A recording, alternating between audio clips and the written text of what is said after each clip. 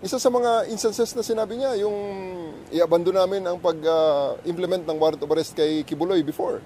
At ngayon naman, he is calling for the armed forces and the PNP to abandon this government and topple it, to withdraw the support, which is foul naman yan. Hindi naman yan tama. Yung language that calls for hatred and calls for overthrow of government is not an acceptable language to us because we are under the rule of law.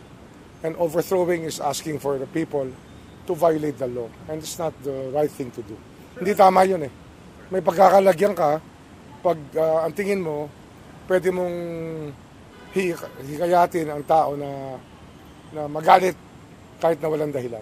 Tinitingnan, pinag-aaralan natin, may DC-20 pa naman, case build-up naman, sa ibang mga sites na yun, na ibang mayari. Sinampahan na ng Philippine National Police Criminal Investigation and Detection Group sa Department of Justice ng reklamong inciting to sedition in relation to cybercrime law si resigned Army Captain Clemente Enrique alias Captain Dado.